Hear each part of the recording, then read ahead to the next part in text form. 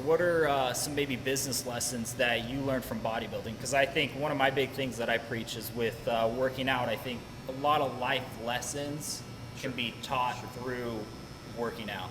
Oh yeah, I mean, I learned about life in the gym. The gym was my training ground for life. It was my life for many, many years. As I ventured out into other business activities, I thought about how did the gym work. When I went into banking and finance, I was like, I don't know anything about finance. I wasn't really into finance. But I wanted to be uncomfortable again. When you're uncomfortable is when you grow. Yep. I learned that from the gym. You're That's kind of where we're at now. Yeah. How the people that have the heart and want to take the risk, people are getting uncomfortable, and the ones that do it are the ones that are going to come up. The gym is home for me. It always has been, and I feel most comfortable when I go back home. To maintain that my basic premise of life, I want to get uncomfortable. So occasionally I'll wander out from the gym and sort of hang with average people, or normal people, non-bodybuilding, non-athletic people. I want to know what it is they feel and do.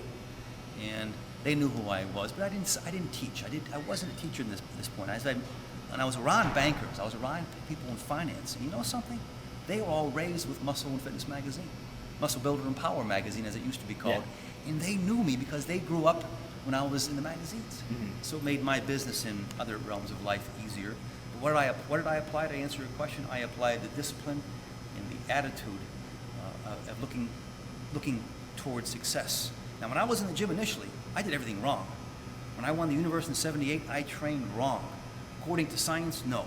I trained totally wrong, but I won the universe because I believed. Mm-hmm. Now imagine if you do what's right according to science and you have that attitude. Wow. That's amazing fuel. Yeah, and that's I like what that. Prop is about too. Doing things that are scientifically right, but yet one of my goals before I move on to the next big gem in the sky is to pass on the love of the game.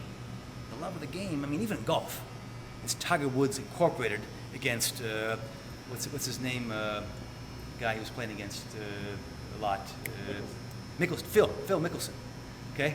And you can see when they get into, like they were the last couple of weekends, the competition, they forget about the corporations, and it's the love of the game. Oh, that's why everybody loves Tiger, because Tiger has this love of it. He's to the point where it's not about the money anymore. The money's been made. He's won 64 championships, I think. You know, he has a family. He had an injury. He came back. When you watch him play, when you watch him tee off, it's like going up to the squat rack. I was telling a buddy of mine and I walked the course with Tiger Woods one time, and every time he hit a drive, it's like he gets the same thing we do in front of the squat rack. I mean, what we do relates to any realm of life. You can transfer the energy to here to other business activities and other sports. You know, and there's a certain untextbook spiritual connotation of sport and life that has to be addressed and hasn't been addressed enough. And that's why I'm with Propta.